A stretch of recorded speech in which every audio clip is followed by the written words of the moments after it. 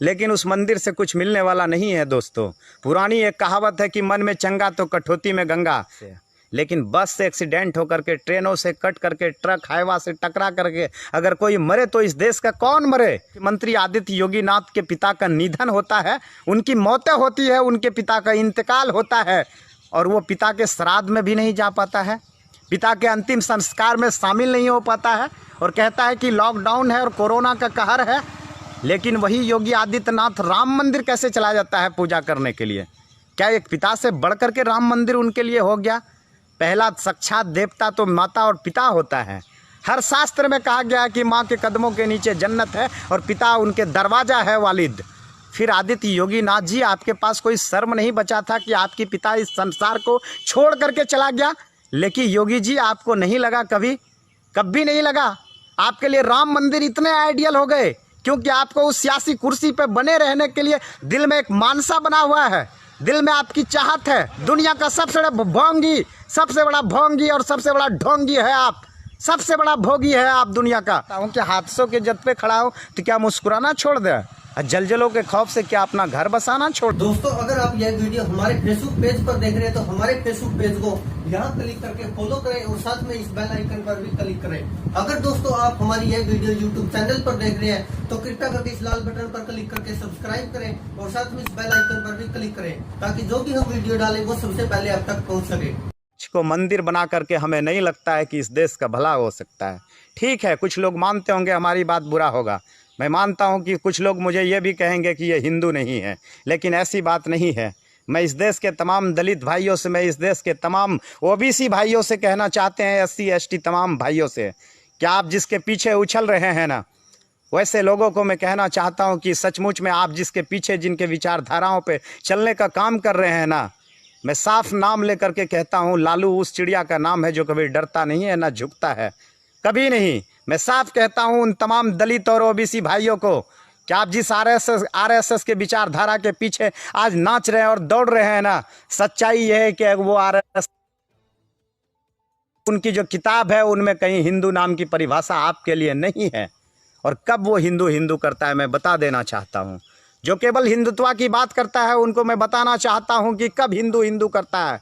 कोई भी सियासतदान की कुर्सी जब खतरे में होती है तब वो हिंदू मुसलमान की राजनीति करना शुरू करता है। आप क्यों नहीं समझते हैं इस चीज़ को? इसका जीता जागता उदाहरण देकर के मैं बताता हूं कि इसका फ़ायदा किसको होता है, किसको फ़ायदा होता है। मैं नाम लेकर के बताना चाहता हूं कि जब लाल कृष्ण आडवाणी जी ने रथ यात्रा निकाला था, उसकी रथ यात्रा से आखिर किन लोगों को फ़ायदा पहुंचा? उनके परिवार के लोग। नरेंद्र मोदी उनके कंधा पे पांव रख करके और आज देश का प्रधानमंत्री बन गया। इस देश का किन को फ़ायदा हुआ बताओ ना? किसी गरीब को, किसी मजदूर को, किसी किसान को, किसको फ़ायदा हुआ?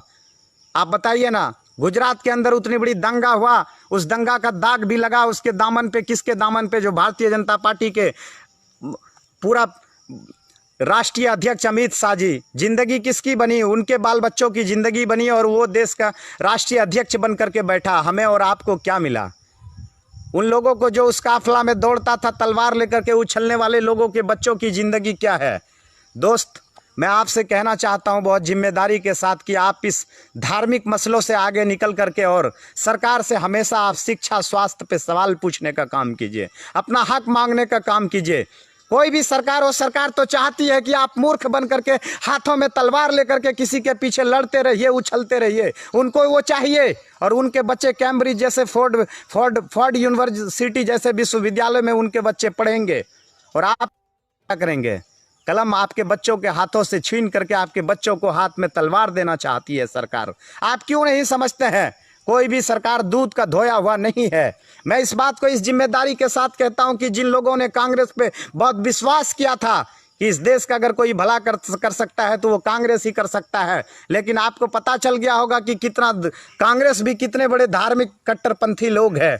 नहीं पता है तो मेरा क्या? मेरी तो आवाज़ जो उठाने का काम है मैं तो उठाता ही रहूँगा। ना मैं किसी से डरता हूँ ना डरूंगा। लालू ने थोड़ी कहा कि 11 ईंटें चांदी का मैं दूंगा राम मंदिर पे। अगर ये बात कहा होता कांग्रेस ने वहां पे कि बहुत बड़ा हॉस्पिटल बना दिया जाए जिसका 24 घंटा हिंदुस्तान के एक नागरिक को जरूरत है, किसी ने आवाज़ तो नहीं उठाई, क्योंकि उनको वोट की सियासत करना है। कोई भी पार्टी, एक पार्टी लगा हुआ है कि मुझे हिंदुत्व की राजनीति करनी है तो केवल मैं मंदिर और मस्जिद की बात करूंगा तो मुझे उसमें मैं कामयाब भी हो रहा हूं और हो भी रहा है। तो दूसरी पार्टी को लगा कि मैं अब कहाँ जा रहा हूँ, बहुत खिसकते जा रहा हूँ, मेरा वोट बैंक खिसकते जा रहा है। तो खिसकते हुए इंसान को वही अगले का हित दिखाई पड़ा कि जो बीजेपी काम कर रही है, मैं भी क्यों नहीं हिंदुत्व पहले सॉफ्ट था, अब थोड़ा सा हार्ड हो जाऊं।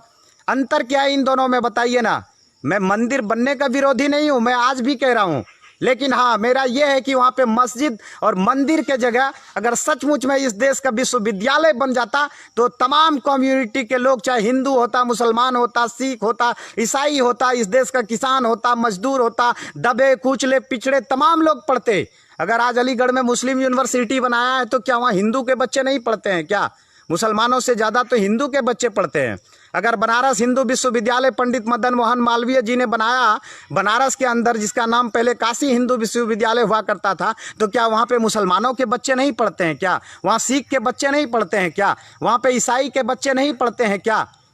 तो बना देते तो इस देश का मुस्तकबिल सस्ता और संवरता, किसी भी कम्युनिटी का लोग होता वहाँ पे पढ़ता और ना किसी को एतराज़ होता।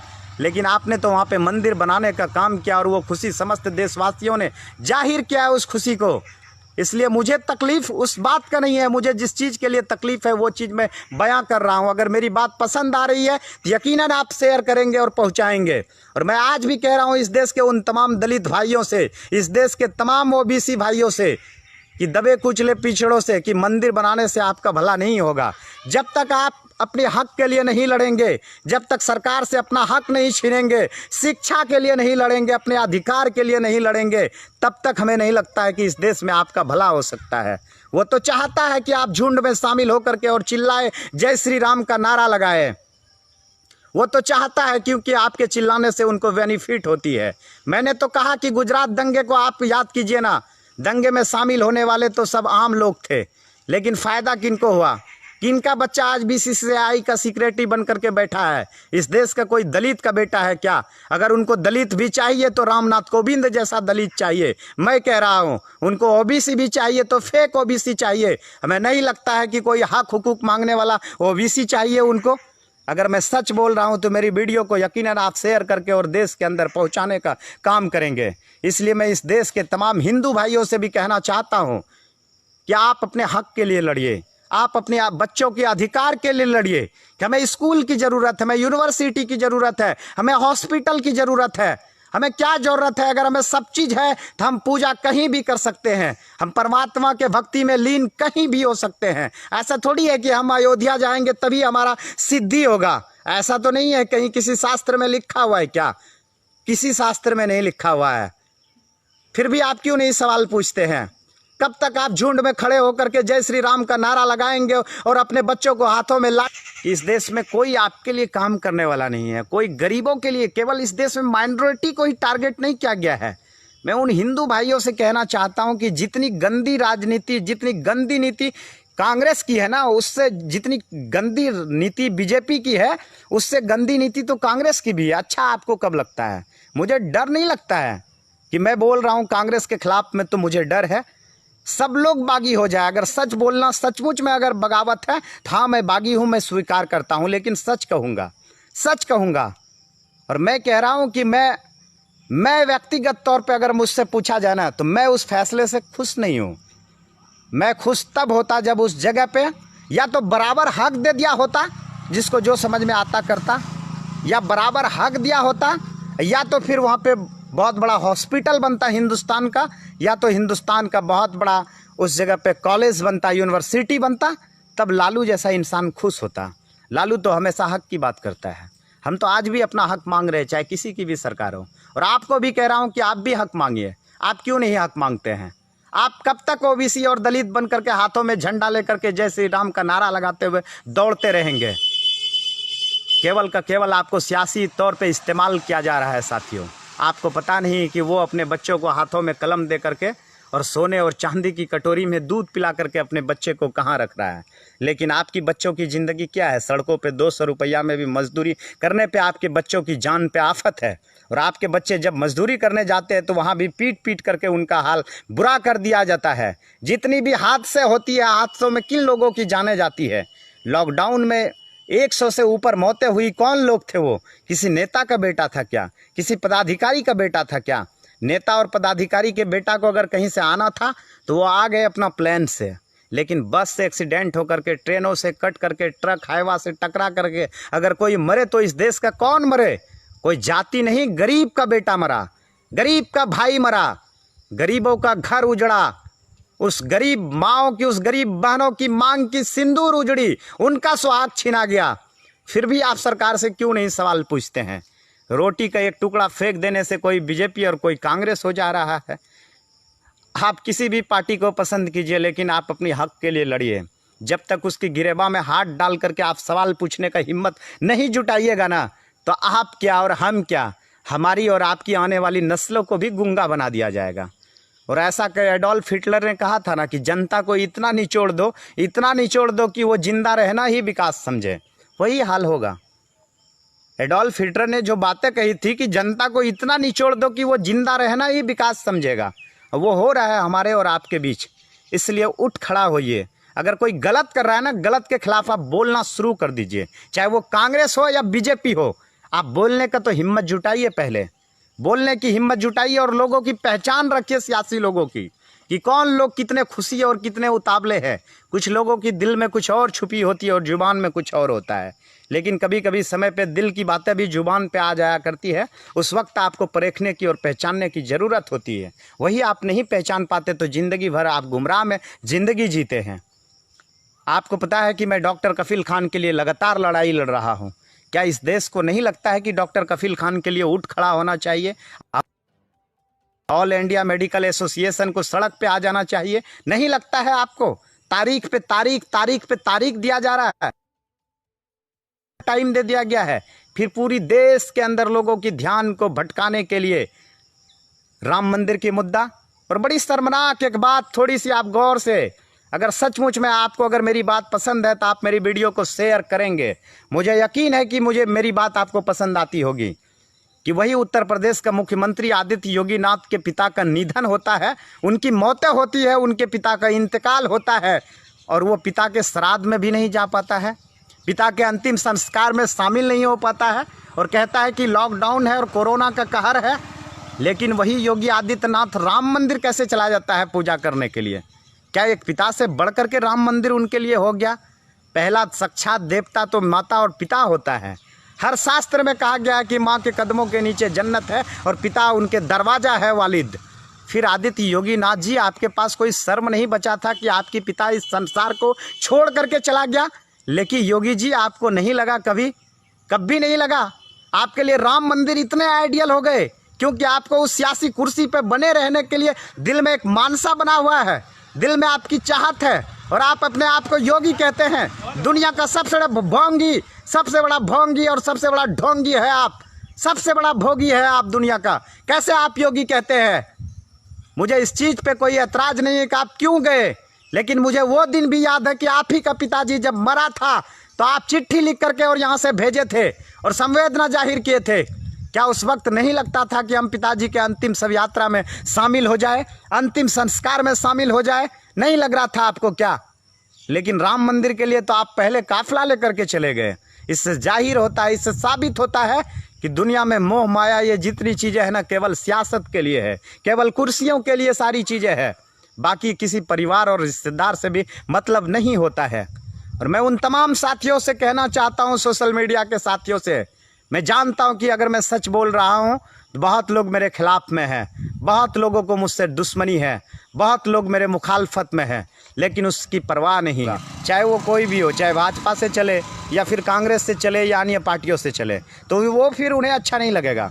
लेकिन उस चंद पैसों की लालच को छोड़ करके अगर देश की मुस्तकबिल के बारे में सोचे और देश की मौजूदा हालात के बारे में अगर सोचे, तो बेशक यकीन दिलाता हूँ कि लालू की बातें उनको अच्छा लगेगा। मैं इसलिए इस बात को कह रहा हूँ कि अगर मैं कहीं गलत बोल रहा हूँ तो आप लोग बताइए कि इस देश के अंदर जब भी कोई इस तरह की उन्माद पैदा होता है तो इनका फ़ायदा किनको होता है? कुछ चंद लोगों को होता है। और वो लोग जिनके बाल बच्चों की और जिनकी जानें नहीं जाती है उस उन्मादों में। कोई भी तरह का देश के अंदर विवाद पैदा हुआ है आज तक, तो जान गंवाने वाले आम लोग हैं। और उनके बच्चे लास्ट में सड़क पे चाय बेचते हुए नज़र आते हैं, सड़क पे भीख मांगते हुए नज़र आते हैं, जिनके बाप दादाओं ने जान गंवाया है धार्मिक उन्मादों में फंस करके। और उन लोग जिन्होंने आग लगा करके अपने एसी कमरे में बैठ गया, उनका बच्चा इस देश का नेता बन करके बैठा है, इस देश का सेक्रेटरी बन करके बैठा है, सब विभाग उनके बच्चों के पास। उनका बच्चा कैम्ब्रिज विश्वविद्यालय से पढ़ करके आएगा, उसका बच्चा फोर्ड यूनिवर्सिटी से पढ़ करके आएगा, लंदन से पढ़ करके आएगा उसका बच्चा। और हमारे और आपके बच्चे क्या करेंगे? बस खुरपी और कच्चा लेकर के घास छीलने का काम करेंगे, सड़क पे भीख मांगने का काम करेंगे, चाय बेचने का काम करेंगे। वो तो चाय बेच करके प्रधानमंत्री बन गया, पता नहीं, लेकिन आज तक कोई ऐसा इंसान नहीं मिला, किसी ने नहीं कहा कि मुझे साहब ने चाय पिलाई है भाई, वो चेहरा याद आ रहा है। आज तक कोई भी आदमी सोशल मीडिया पे नहीं कहा 2014 से अब तक में कि हाँ मैं गुजरात के अंदर सफ़र कर रहा था और साहब मुझे चाय की केतली ले करके मिले और मुझे चाय पिलाया भाई, मैंने साहब से चाय पी थी, आज वो शख्स इस देश का प्रधानमंत्री बन करके बैठा है। ऐसा कोई इंसान नहीं है। जब कोई इंसान बड़ा बन जाता है ना, इस देश के गरीबों को केवल तसल्ली दिलाने के लिए कहा करता है कि मैं भी कभी बूट पॉलिश क्या करता था, मैं भी कभी जूता पॉलिश क्या करता था, मैं भी कभी मोची का काम क्या करता था, मैं भी कभी कपड़ा धुलाई का काम क्या करता था। कब? जब बड़ा बन जाता है तो क्यों कहा जाता है? आप गरीबों को तसल्ली दिलाने के लिए। लेकिन पता है कि आप ही का हक छीन छीन करके खा करके इतना मोटा हो जा रहा है, इतना मोटा। देख रहे हैं ना मोटा भाई, हमें तो लगता है कि कोरोना ने अब इच्छा जताई है उनके साथियों से, बड़े भाइयों से, उनसे तो मिल लिया है कोरोना, अब इच्छा जताई है उन्होंने औरों से मिलने की। समझते होंगे आप, मैं नाम ना लिए, बगैर नाम लिए ही आप समझ जाएंगे कि आदरणीय प्रधानमंत्री जी की बात कर रहा है लालू। डरने वालों में से मैं नहीं हूँ। मुझे लगता है कि अगर सच बोल रहा हूँ तो हो सके मुझे भी जेल जाना पड़े, इसमें कौन सी बुरी बात है, कौन सी बड़ी बात है? इस देश का तमाम लोग जेल गए हैं, इस देश के तमाम हक के लिए लड़ने वाले जेल गए, लालू भी जाएंगे, क्या दिक्कत है? कभी भी इनके ऊपर कई मुकदमा और मुकदमा होंगे। सच बोलने में तो लोगों की जानें भी जाती है, क्या करूँ, सच बोलना छोड़ दूँ? इसलिए तो मैं हमेशा कहा करता हूँ कि हादसों के जद पे खड़ा हो तो क्या मुस्कुराना छोड़ दे, और जलजलों के खौफ से क्या अपना घर बसाना छोड़ दे। इसलिए हक बोलना और सच बोलना हमारी आदत है, मैं बोलता रहूँगा। और मैं बोलता हूँ इस देश के तमाम पिछड़े लोग हैं, जो 70%, 90% कहूँ तो चलेगा, पिछड़ों के लिए बोलता हूँ, चाहे वो किसी जाति से हो, चाहे वो माइनॉरिटी के लोग हो या फिर एसटी के लोग हो या एससी के लोग हो या फिर ओबीसी के लोग हो। क्या हंस रहे, क्या हाल है? आज गरीबी क्यों चरम सीमा पे है, क्यों इतने बेरोजगार है? सबके बच्चे पढ़ लिख करके, गरीबों के, किसानों के बच्चे बेरोजगार हैं। लेकिन उसके बारे में तो सरकार ने कुछ नहीं सोचा। अगर ये भी सोचा होता साहब ने कि वहाँ बहुत बड़ा इंडस्ट्रीज लगा दिया जाए, बहुत बड़ा फैक्ट्री लगा दिया जाए तो कुछ भला होता, लेकिन कुछ साहब सोचता ही नहीं है। और हम आप है कि बहाव में बहते जा रहे हैं। सब दिन चिल्लाते हैं ताली बजाओ, ताली बजाओ, कांग्रेस के पीछे ताली बजाओ, बीजेपी के पीछे ताली बजाओ। मैं दोनों का मुखालफत करता हूँ कड़े लफ्ज़ों में कि किसी ने इस देश की भला के लिए काम नहीं किया है। अगर लोग जिंदा है तो वो ईश्वर के भरोसे, केवल भगवान के भरोसे। अगर सचमुच में अगर वो देश का एक मजबूत विपक्ष होता और हिमायती होता देश का, तो वो हक के लिए लड़ाई लड़ता, ना कि जो फैसला सुना दिया उन्होंने, उस फैसले पे उन्होंने कबूल करके चांदी का ईंट देने पे तैयार हो गया। बस इससे ज़्यादा मैं क्या कहूँ, बातें तो बहुत लंबी चौड़ी है, बहुत लंबी चौड़ी। शायद बहुत लोगों को पसंद नहीं आता होगा, बहुत लोगों को, जिन लोगों की रोजी रोटी चलती है किसी से, उनको मेरी बात पसंद आएगा। उनके तो आँखों का हम क्या बने होंगे तो आप सबको पता है। उनको लगता होगा कि जिस तरह लाल कपड़ा दे करके और गुस्सा आता है ना एक जानवर को, उसी तरह उनको मुझे देख करके गुस्सा आता होगा। कुछ हिंदू समुदाय के लोग भी मुझे कहते होंगे कि वो हिंदू थोड़ी है, वो तो केवल मुसलमान की बात करता है, वो तो मुसलमान है, वो हिंदू है ही नहीं। यही बात बोलता होगा ना साथी कि वो तो हिंदू ही नहीं है। इस देश में कहा बहुत लोगों को, लेकिन सच बात वो नहीं है। सच वो है कि मैं हक के लिए बोल रहा हूँ। अगर कोई मुझे इस बीच में हिंदू बना दे, मुसलमान बना दे, सिख बना दे, ईसाई बना दे, कोई फ़र्क नहीं। मैं समझता हूँ कि मैं इंसान हूँ, बस मैं इंसान हूँ। इंसान के लिए आवाज़ उठाना मेरा परम कर्तव्य है और मैं आवाज़ उठाऊँगा। और जब तक जो लोग ये बात सोचता है ना और समझता है ना, जिसको वो सर्टिफिकेट चाहिए ना, वो हमारे पास आए, उनको मैं सर्टिफिकेट दे करके भेज दूँगा कि वो क्या है। जिन लोगों को दिल में ये लगता होगा ना कि वो फलां है, वो लोग मेरे पास आए, मुझसे मिले, मैं उनको वो सर्टिफिकेट दे करके भेज दूंगा कि वो दुनिया जाने कि वो क्या है। बाकी हमारे बारे में छोड़ दीजिए कि हम क्या है। बस मैं समझता हूँ कि मैं इंसान हूँ, मैं हमेशा हक की बात करता हूँ, मैं उस चीज़ के लिए लड़ाई लड़ता हूँ जो हक की लड़ाई होती है, जो इंसाफ की लड़ाई होती है, उसके लिए लड़ता हूँ। बाकी मैं उन किसी धार्मिक मुद्दे को मैं उलझना नहीं चाहता हूँ। बाकी बनाइए जो लोग जहाँ है, बाकी मर्जी है, जिसकी लाठी उसकी भैंस होती है। Right is might. देश के अगर यही हाल है तो हम और आप अगर नहीं संभलेंगे तो फिर झेलिए परेशानी को। बाकी मैं बस मेरा एक संदेश है इस देश के तमाम कम्युनिटी के लोगों से, जो ओबीसी के लोग हैं, जो दबे कुचले लोग हैं, जो पिछड़े लोग हैं, जो एससी है, जो एसटी है, कि आप किसी भी धार्मिक मुद्दे में उछल करके आपको कोई फ़ायदा नहीं होना है। फ़ायदा आपको और आपके बाल बच्चों को तभी होगा जब आप अपनी हक के लिए लड़ाई लड़ेंगे, जब आप विश्वविद्यालय के लिए लड़ाई लड़ेंगे, जब आप अच्छे स्कूल के लिए लड़ाई लड़ेंगे, जब आप सरकार से ये मांग करेंगे कि हमारे बच्चों की फ्री ऑफ कॉस्ट कैसे एडमिशन हो, कम से कम रियायती दर पे कैसे हमारे बच्चे पढ़े। इस चीज़ के लिए अगर जिस दिन आप बात करेंगे ना, उस दिन आपकी हालात संभल सकता है और उस दिन कुछ बात हो सकती है। लेकिन उससे पहले अगर आप कहिएगा तो हमें नहीं लगता है। आइए, तो डॉक्टर कफील खान के बारे में मैं कह रहा था कि 19 अगस्त की टाइम उनको दी गई है और आप सब जान रहे हैं कि उनके साथ कैसा दुष्व्यवहार किया जा रहा है डॉक्टर कफील खान के साथ। हमें लगता है कि उस तरह की दुष्व्यवहार इस देश में और किसी और के साथ ना हो, और उनके साथ भी सरकार इस तरह की दुष्व्यवहार करना बंद करें, वरना इसका अंजाम बहुत बुरा होगा। और हमने जो कहा है, आज भी आपसे प्रॉमिस करके कह रहा हूँ कि मैं अपनी बातों पे अटल हूँ। बस देख रहा हूँ, सब्र कर रहा हूँ।